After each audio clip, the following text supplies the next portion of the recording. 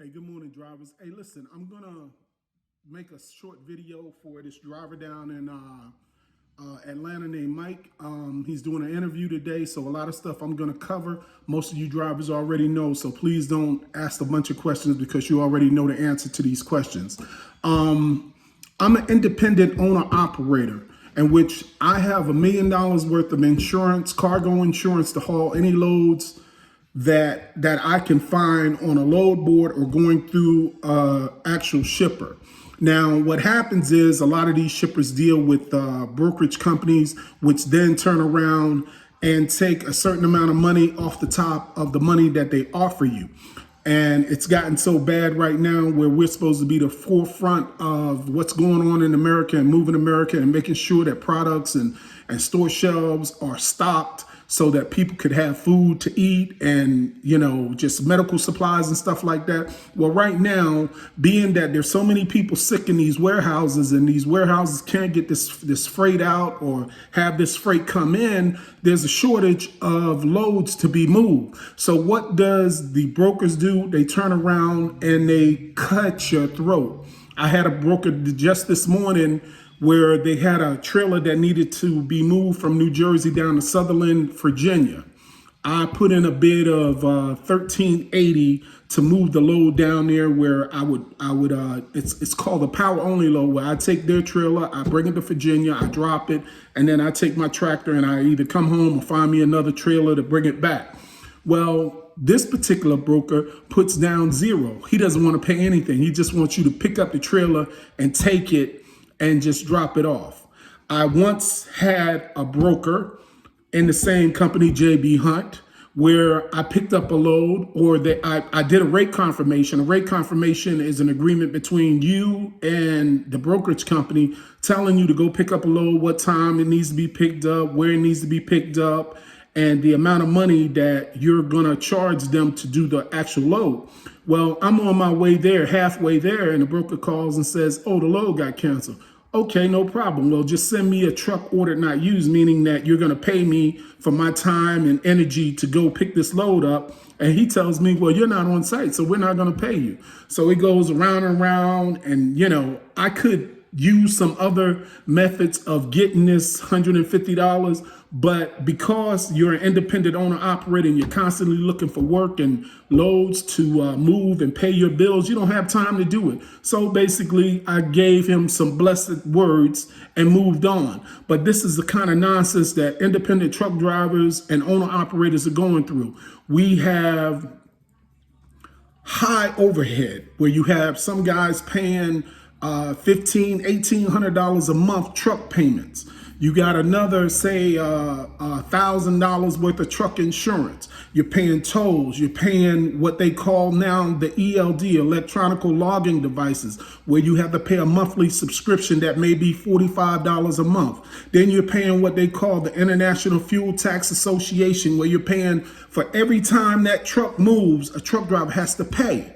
We're recording the miles that we do in each state, and we have to pay taxes on that money. Then you have places where we go sometimes where when we back into a door, or let me back up a little bit.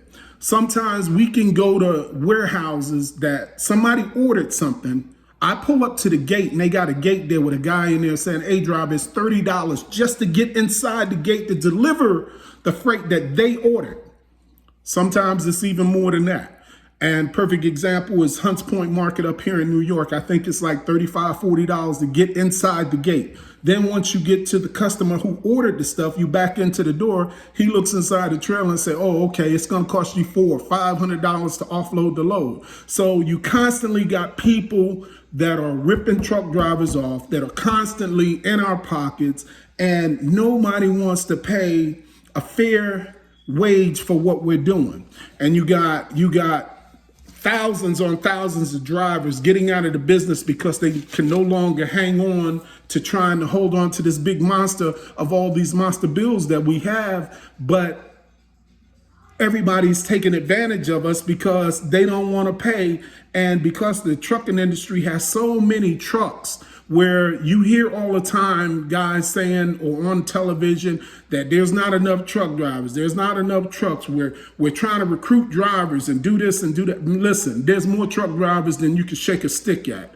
They're drivers that are not being paid fair wages, where they're just saying, you know what, if I'm only gonna come out at the end of the week after I pay all my bills and everything like that, $300, what's the purpose of me driving a truck up and down the highway 24 hours a day, 7 days a week, and never getting to see my family, never getting to enjoy myself? Because when people are enjoying themselves, having cookouts and graduations and stuff like that, and you know, you're somewhere and you're trying to get back home to make it to back to where you're from just to go to an event, or if they're having an event and you got to get a load down the road, well, you got to get your proper rest and you got to rest up, and you're missing a lot of life only for low wages.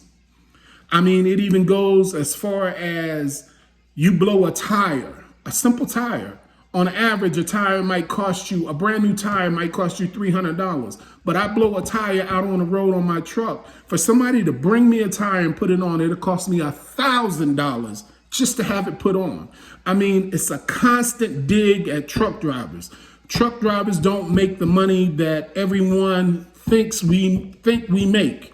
Again, the president's on TV last week praising the American truck driver, saying that the American truck driver is the backbone of America. I agree. But the people that he had up there that was trying to be the face of the American truck driver really isn't the face of the American truck drivers. It's guys like me, independent owner operators, guys who work for some of these companies that do lease purchases, and they buy these trucks from these companies and they pay all this money to have these trucks and trailers, but then don't have any returns on the back end to pay their bills.